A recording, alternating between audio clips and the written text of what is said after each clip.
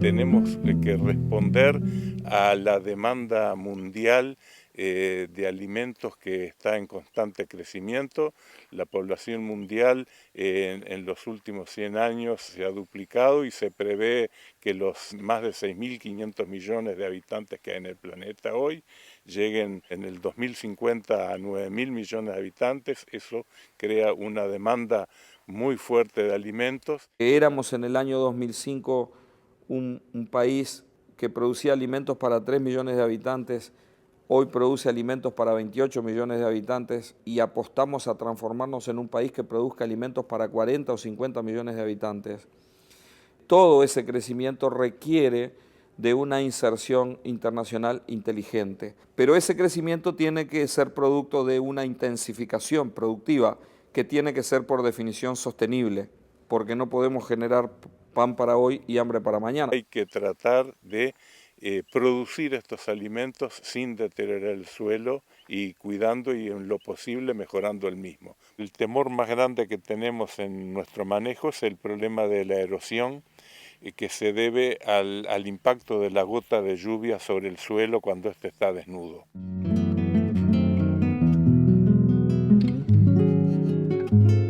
La principal erosión acá en nuestro país es la erosión hídrica, la erosión causada por el agua, por la lluvia.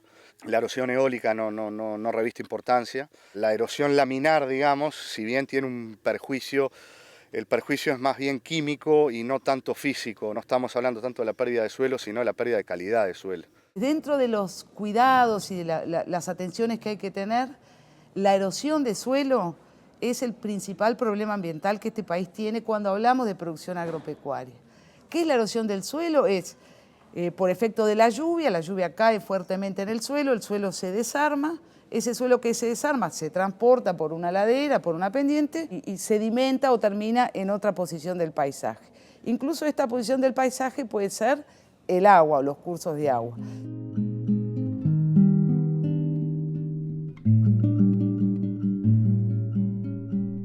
Es obligación para el productor realizar planes de uso y manejo de suelo, prever lo que va a hacer en los próximos años y que ese uso y manejo evite la pérdida de suelo de determinada cantidad. Los planes de uso y manejo de suelo tienen la particularidad que es un sistema que se hace, que es obligatorio porque está en una ley, o sea, todos los productores de este país están obligados por ley a presentar un plan de uso, a planificar el uso del suelo de acuerdo a la calidad de ese suelo. Y esto es el primer país o el único país del mundo que lo hace, porque esto está en una ley. El Sistema de Acreditación de Ingenieros Agrónomos tiene 483 profesionales registrados y habilitados para presentar los planes de uso y manejo de suelos. Planes de uso vinieron para quedarse, es su objetivo, su alcance es el que nosotros buscamos, que es cuidar el suelo, cuidar la materia prima donde trabajamos. No siempre el cultivo más rentable es el cultivo que puede predominar, sino que a veces tenemos que implementar rotaciones de cultivo con cultivos de menor rentabilidad. El Uruguay tiene 1,5 millones de hectáreas de agricultura, más o menos. De este 1,5 millones de hectáreas de agricultura que tiene el país, 1.450.000 tiene planes de uso presentados. Quiere decir que nuestra agricultura hoy es una agricultura planificada. Y el Uruguay es el único país del mundo que tiene este porcentaje tan alto de su agricultura en un plan de conservación de suelos. Tenemos que ser conscientes que tenemos que ponerle precio a lo que queda en el suelo, a la mejora del suelo, y con eso poder ver el futuro, no mirar en el corto plazo, sino mirar la agricultura y el suelo en el largo plazo. Hace algunos años, en la zona noreste de Canelones, el cultivo de la remolacha causó daños severos de erosión en el suelo. Hace muchos años el cultivo de remolacha era muy común. El cultivo de remolacha es un cultivo que el suelo lo da vuelta, todo el manejo que se hace es muy poco conservacionista y complica mucho el manejo del suelo y el cuidado del suelo.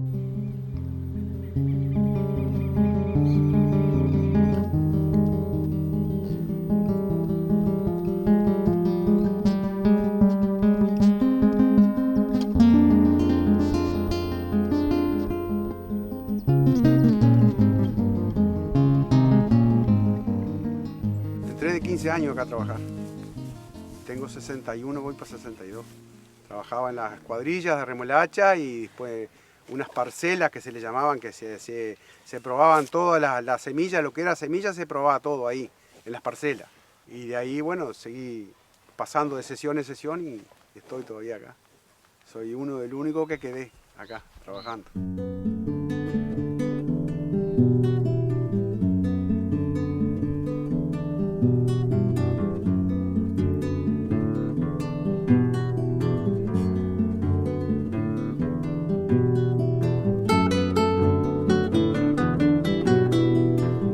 La remolacha iba dando porque se le sacaba cebada y eso después el rastrojo de remolacha, pero se iban desgastando el suelo y uno se daba cuenta porque le iba sacando las láminas, las aguas. Tenía erosión por el tema de que se iba llevando la tierra, las capas de tierra de arriba.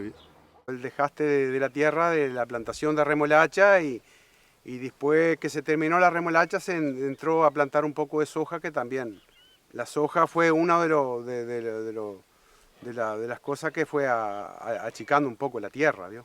Ahora, como lo estamos llevando con praderas, alfalfa y otras praderas que se están plantando, se está recuperando un poco la tierra. Para mantener un suelo así que no se erosione y eso, y por lo general hay que tenerlo siempre cubierto.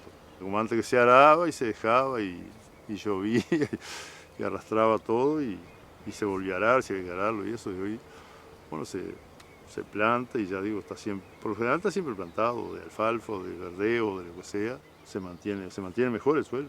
Y uno nota que él planta algo y eso y viene con más vigor que lo que venía antes. El Uruguay agrointeligente es aquel país que va a tener la agricultura desarrollada en los mejores suelos, no en suelos marginales, en los mejores suelos, en los que tengan el menor riesgo de erosión posible, y seguramente en esos suelos va a incorporar el riego como forma de tener cultivos más productivos.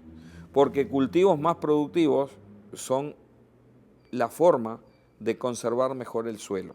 El saber popular reza de que cuando hay monocultivo, o sea, todos los años sembramos la misma especie, se dice comúnmente que el suelo se empobrece.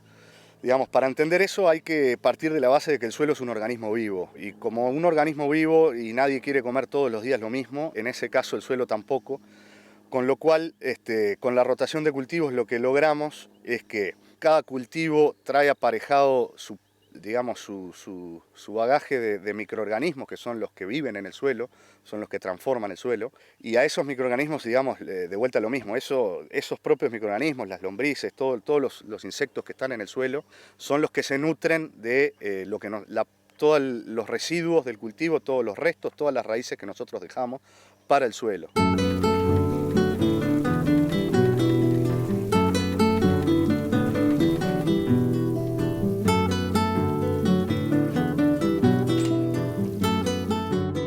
marco marco de la intensificación sustentable y de la inclusión de la producción familiar, el MGAP con préstamos del Banco Mundial tiene un llamado a presentación de proyectos asociativos.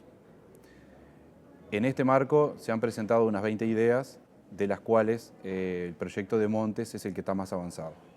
Ahora lo que tenemos es un campo de recríe de 33 tamberos de los alrededores de acá, que son los que están aportando todo lo que tenemos acá, y son los que llevan y traen, o sea, un campo de recríe para darle de comer al ganado y a su vez haciéndole forraje para los tamberos también. Algunos de los pilares de las políticas del ajuste normativo para el uso responsable de agroquímicos son la consolidación del sistema de registro de empresas que aplican fitosanitarios, el control de las aplicaciones y el monitoreo satelital de fitosanitarios.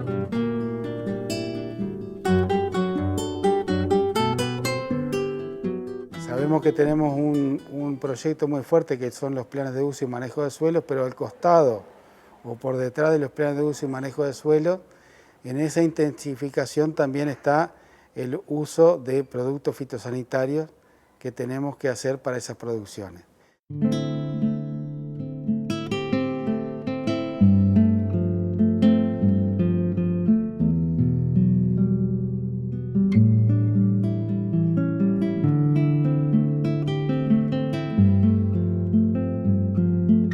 La aplicación fitosanitaria es muy importante porque es utilizada para la obtención y protección de cultivos. Uno necesita pulverizar un agroquímico que sea de control de malezas y también el control de los insectos y de las enfermedades que ocurren en el cultivo, los cuales se aplican siempre de forma terrestre o aérea. Y eso también lo tenemos que hacer en un uso sustentable.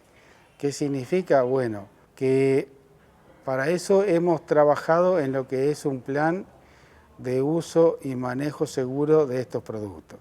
Con el Ministerio de Ganadería, Agricultura y Pesca, principalmente con servicios agrícolas, estamos en un plan piloto en el cual se está haciendo el registro de la aplicación de forma previa a realizar la aplicación. En ese registro uno entra a una página, se pone que va a registrar una nueva aplicación y ahí inicia poniendo los productos que va a utilizar. Entras a otra fase del programa donde te abre un mapa tipo Google Earth, donde tú dibujas el campo donde vas a trabajar, el programa valida la superficie. El control de aplicaciones en tiempo real ya se está trabajando en forma piloto con 3 equipos terrestres. Estamos incorporando un equipo aéreo en las próximas semanas, que es definitivamente comprobar cómo funciona el sistema de control en tiempo real de las aplicaciones. El registro anticipado lo que permite es que cuando tú haces el dibujo te pone un cuadro en rojo y te dice aquí hay una escuela, tú no puedes aplicar. Entonces eso lo que permite es, antes de hacer una aplicación en un lugar donde uno no conoce y tener un inconveniente con algún centro poblado, con alguna escuela o con cualquier otra cosa, te lo está previniendo y deteniendo. Bueno, estamos trabajando en el programa de manejo regional de plagas, que traducido es controlar el gusanito de la manzana, el gusanito del durazno, la Carpocaps y la grafolita también de la pera, ciruela y membrillo. Estaba siendo muy difícil su control y cada vez más, porque no había insecticidas específicos para su control, llevó a consolidar el manejo regional de plagas, que es tomar la investigación que venía desarrollando OINI y la Facultad de Agronomía, esa investigación, transformarla en una política pública y la investigación más la política pública transformarla en un bien público.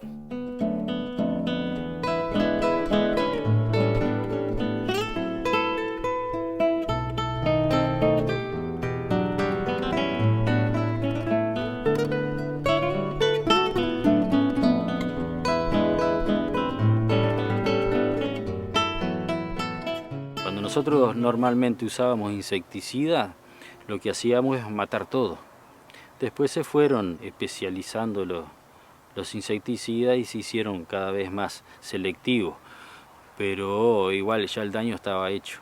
En este caso esta fruta prácticamente no tienen insecticida, porque el control viene por otro lado, o sea que no exista el huevo. Lo que logramos nosotros es bajar la población y cada vez más. Desde hace varios años, la Academia, la Facultad de Agronomía y el Instituto Nacional de Investigaciones Agropecuarias, INIA, venía trabajando en una investigación de manejo de plaga sin uso de agroquímicos, utilizando algo que es natural, como las feromonas, que lleva a lo que se llama el manejo de confusión sexual de Carpocapsis grafolita. Básicamente la confusión sexual, lo que se trata de hacer es de inundar el ambiente con feromona femenina a través de unos difusores donde contiene la feromona femenina y la va liberando lentamente. El macho, cuando quiere encontrar a la hembra para copular, no la encuentra porque solamente la puede encontrar por azar, pero no porque por los medios naturales. Este manejo regional de plagas, el control del gusanito, lleva a mejorar la rentabilidad del productor porque el nivel de daño de su fruta disminuye sustancialmente, pero también disminuir la cantidad de aplicaciones de insecticidas que se realizan en el monte, lo que lleva a que luego el consumidor tenga una mayor garantía de ausencia de residuos en la fruta que va a consumir. De repente a nosotros no nos gusta, nos resulta incómodo estar caminando por adentro de los montes y ver mucha telaraña porque incomoda, pero en realidad eso lo que demuestra es que el sistema está funcionando bien.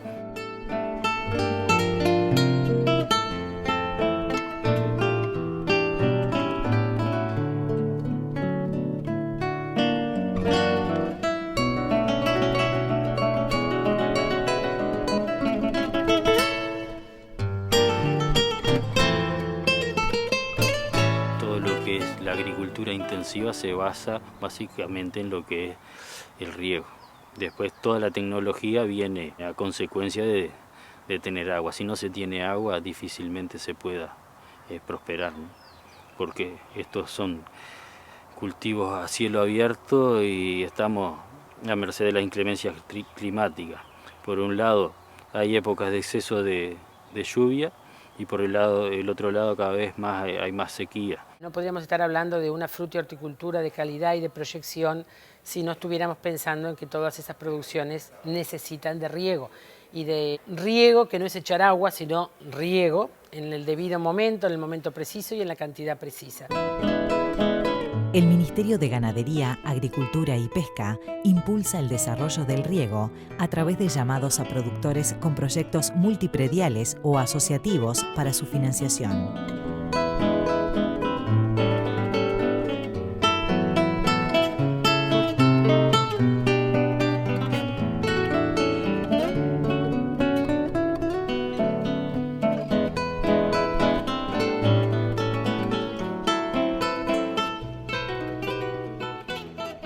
Y el riego fue una cosa muy fundamental porque nosotros al tener poca área teníamos que tratar de producir mucho en poca área. Y si faltaba el agua la quedábamos. Y a la vez de poder empezar a regar y eso, podíamos producir mucho más, aumentar la producción con menos área en las pasturas y todo eso. En la Asociación de Productores de Leche nos otorgó el equipo nuevo de riego. Es un alivio también, es otra cosa. Por lo menos lo pones a regar y se riega solo. Marcha solo. Hay que estar, pero cada menos horas y menos trabajo, menos cañería.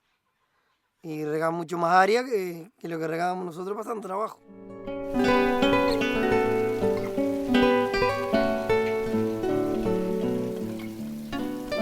La Asociación Nacional de Productores de Leche está probando tecnología de riego en el campo con 10 equipos de riego facilitados por el Ministerio de Ganadería, Agricultura y Pesca.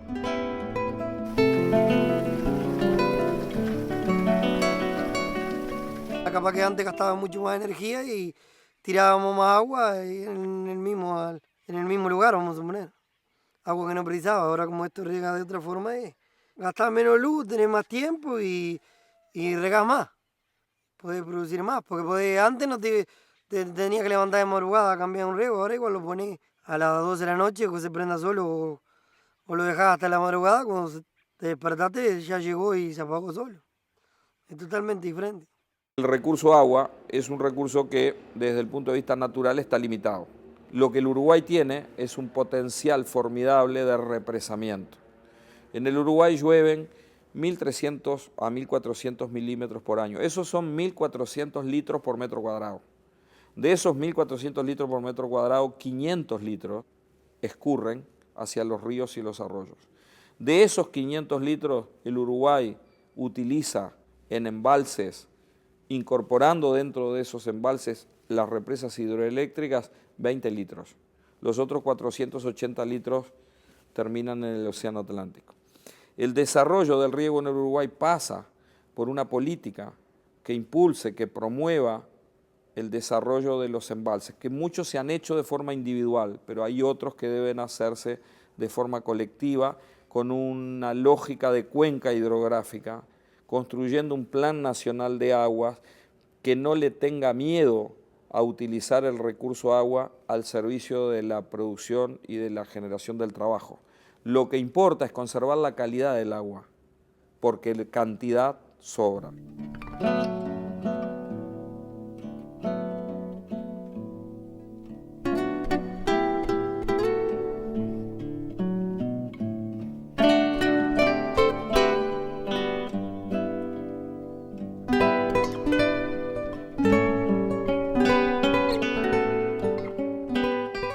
En el 2002, con mi compañera Margarita, decidimos venirnos a vivir al campo por una calidad de vida.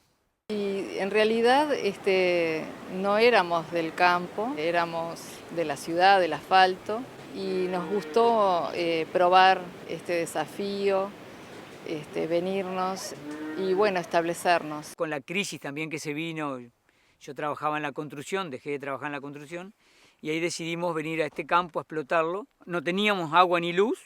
La casa era una casa de campo, como les decía, de fin de semana, y no tenía todas las comodidades adecuadas como para vivir en forma permanente, usando un poco el ingenio y la naturaleza. En realidad fue que Daniel apostó a hacer una represa, un lago.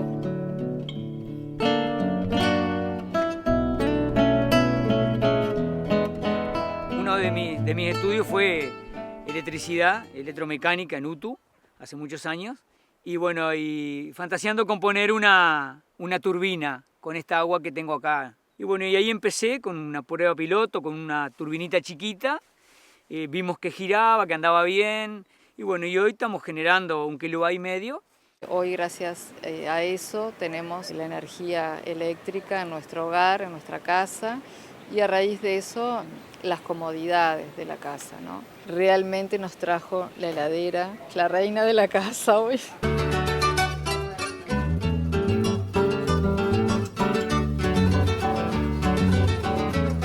Un antes y un después, como digo siempre, ¿no? Porque digo, podemos tener una heladera con freezer, tenemos computadora. Uruguay Agrointeligente no es solamente el aumento de la productividad de nuestros sistemas productivos. También es la complementación de la productividad con la generación de energía. El Uruguay Agrointeligente es el Uruguay que aprovecha el 93% del agua que hoy, sin pena ni gloria, se transforma en agua salada en el Océano Atlántico, empieza a aprovecharla no solamente para producir más alimentos, para darle más estabilidad a la producción, sino que a su vez esas reservas hidráulicas son potencialmente reservas de energía. El haber producido la propia energía, que aparte es una energía renovable.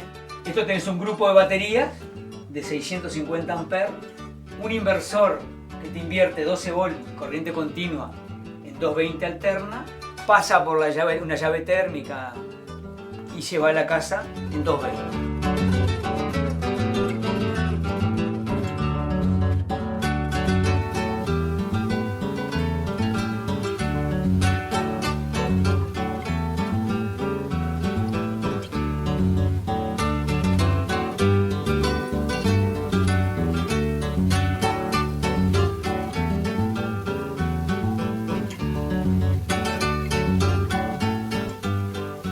ministerio, cuando llegó al campo, porque llegó no solo para mí, llegó para varios compañeros que vivimos en la campaña, salió un proyecto de producción responsable y bueno, nosotros con 5 vecinos entramos y yo mejoré el lago aquel de casa, hice praderas, compré una bomba de riego y bueno, y así sucesivamente. Nosotros entramos en 3, después de otro compramos toro. A través del ministerio lo que hemos podido aprender es a invertir el tiempo, el dinero, saber elegir las prioridades para mejorar la producción. Al mejorar la producción, obviamente, cambia la calidad de vida. Y ahora estamos en un proyecto con el DAC, que es elevar más este lago, 5 metros más, para poder tener un acopio como cualquier represa de mucha agua, para poder generar en 48 a 220. Queremos pasar de 48 a 220, poder generar en un banco de batería siempre, ¿no? 5 kilowatts.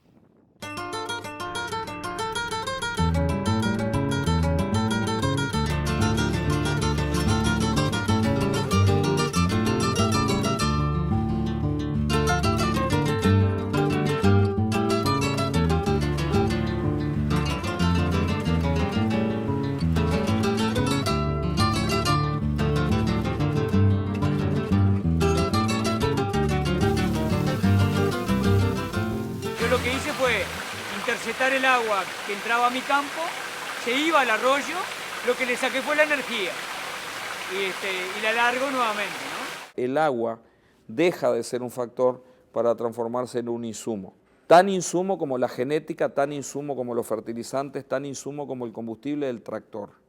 El Uruguay no puede darse el lujo de desperdiciar el recurso que tiene, yo diría, con una oferta demasiado irregular por cómo es nuestro régimen de lluvias, no puede darse el lujo de no aprovechar eficientemente ese recurso al servicio de las distintas cadenas productivas.